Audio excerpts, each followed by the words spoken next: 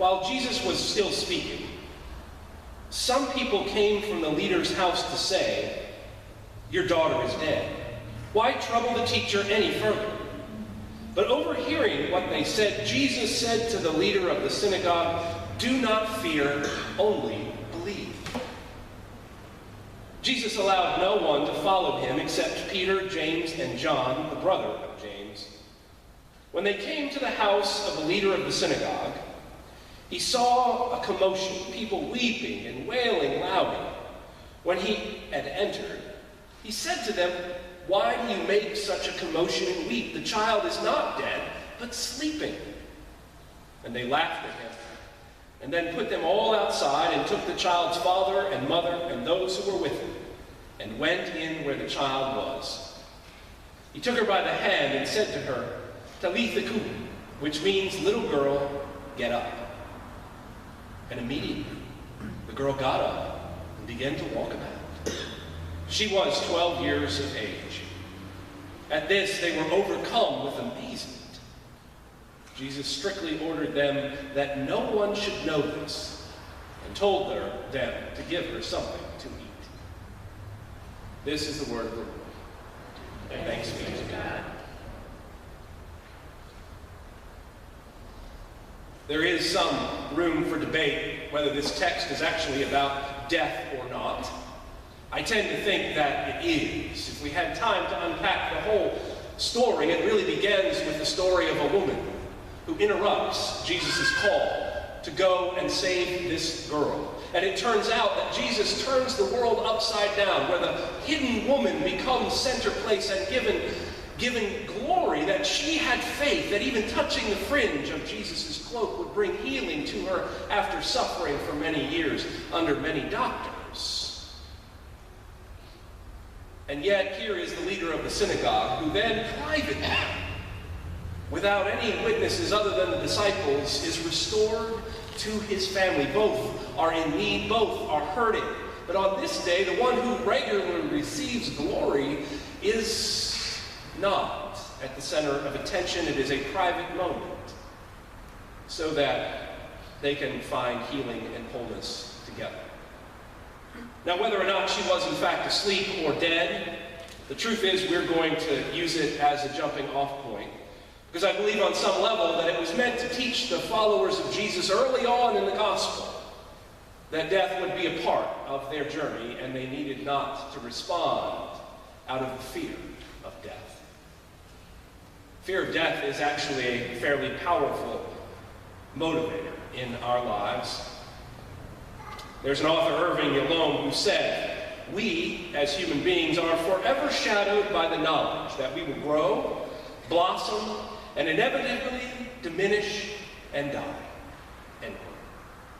And over the last 20 years, psychologists have begun to do numerous studies to see if this idea that most of our lives are motivated by a fear of death was more anecdotal, or was it in fact part of our human experience. It turns out that the fear of death has some real power in our lives.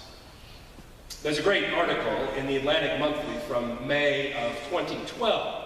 So at that point they were saying, over the last 10 years, numerous papers and studies have grown and come out over what they're studying the fear of death and calling it this, quote, terror management theory. Now, I'm not an expert in this. I've just become aware of it, frankly. But in that article, they did some amazing work of some of the things that we have talked about and hinted about and wondered about. They've come to the conclusion that this, quote, in every calm and reasonable person, there is a hidden second person, scared witness about death. Multiple studies have been done to investigate this terror management theory, and what they have found is that the fear of death is prevalent in many of the behaviors of our lives. When the idea of death is brought to the fore in our lives, we know that it increases, and this is from the study, it increases attraction to those who validate our beliefs. They have seen this at work in the ways in which people vote, the ways in which people choose to live in places, even the ways, and I hope you'll find this funny, the ways in which people do or do not purchase sunscreen. It also does this. It decreases the attraction to those who threaten our belief systems. In other words, when we are conscious of the reality of death, we turn inward upon ourselves. We become more sectarian. We become more prejudiced. We become less welcoming and less loving of people who don't reaffirm everything we think and believe in the world. None of that probably comes as much of a surprise, but at least they're catching up. The studies are fascinating, and I don't intend to share all of them this morning, but I did want to share this one. They had people in the study who were reading an article on a computer screen, and that article was critical of United States foreign policy. Now, all the participants in the study were citizens of the United States. The control group simply read the article on the screen and then answered a few questions about the article and about the author. But then there was the other group that for 28 milliseconds, they flashed the word death in the middle of them reading the article. And in that group, that simple change caused those who had seen it to, in their final reporting, amplify feelings of anger and negativity toward the author of the article. Simply being aware of the word death did that to these folks. The implications of this are far-reaching. What they found out, though, is that we don't often walk around conscious, thinking about death all the time on a daily basis, at least most of us. For the most part, we bury it below our level of consciousness, and then there are moments in our lives where it comes to the forefront, and it is then that we have a choice. We can either pull inward, which is usually what happens, and we want to be with people who share our worldview, who listen to the same news stories that we do, who share our understanding of faith. And unfortunately, in our world, too often, there are people in power who use this fear to divide us, to gain power. Fear of death, fear of the other. They're simply written into our human DNA, and in the wrong hands become a tool for manipulation. And unfortunately, we see it a lot these days. The truth is that when we are faced with the reality of death from a loved one, a neighbor, a national celebrity, or a national tragedy, or in the body of a young Syrian boy who washes up on a beach, we respond in one of two ways. The first is that we'll do everything in our power to try to put off our own death. We might decide it's time to take a little bit of care of ourselves.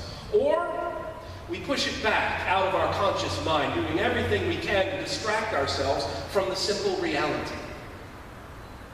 Now, I'm convinced that they probably need to do a lot more work under terror management theory, but it is something fascinating. Knowing more about how we naturally respond to the reality of death can only help us to learn to respond to those instead of out of fear, to respond, as Walt Whitman once said, out of the better angels of ourselves. Jesus understood the power of death, the way in which it would hold sway over our lives, and the way that it would impact human beings. Even those leaders of the synagogues who might have had some level of sympathy with what Jesus was teaching went along when it was time to do away with one who was going to bring a new future for which they did not know. Fear led that. And this is why I think that Jesus takes those 3 disciples with him. Not because he needs an audience, not because he wants them to record what happened, but because he wants them to begin to come to face with the reality of death for all of us. Knowing that he would face death, Jesus was not diminished. Jesus, aware of his own death, did not stop loving people, stop feeding people, He did not stop welcoming people, and that is what I believe he was trying also to teach the disciples. Yes, he was bringing healing and wholeness to that family, but he was also teaching the disciples. How will we live in a world drenched in death? We must live and love, not turn inward and look for those who reaffirm our own base prejudice. What's really interesting in this is if we dig down just slightly deeper, it didn't stop Jesus from raising this little girl from the dead, who was the daughter of someone who probably didn't particularly like him. The leaders of the synagogues were often seen as Jesus' enemies, and it did not stop him from even bringing love to them.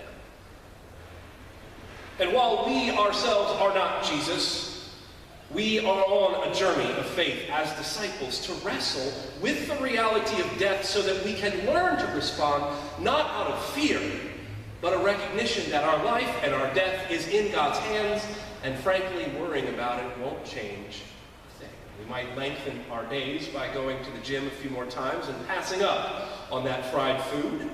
However, in the end is the same. In this encounter, these disciples, for the first time, come face to face with death, and later on being prepared for what they will see when Jesus is dead. Later, they will come to understand that for each of us, the end is in fact the same. I like the way that Charles Franklin puts it. He says, "No one gets out of this life alive, so leave a footprint of your choice. You are writing your epitaph. You are writing it now. Life is a process, not a goal. Live it now, or you will miss it. We have time to spend, and no time to waste." End quote. So the truth is, friends, as we move through this journey of fear, whenever death comes to the forefront in our consciousness, it's important to know what our natural human tendencies are,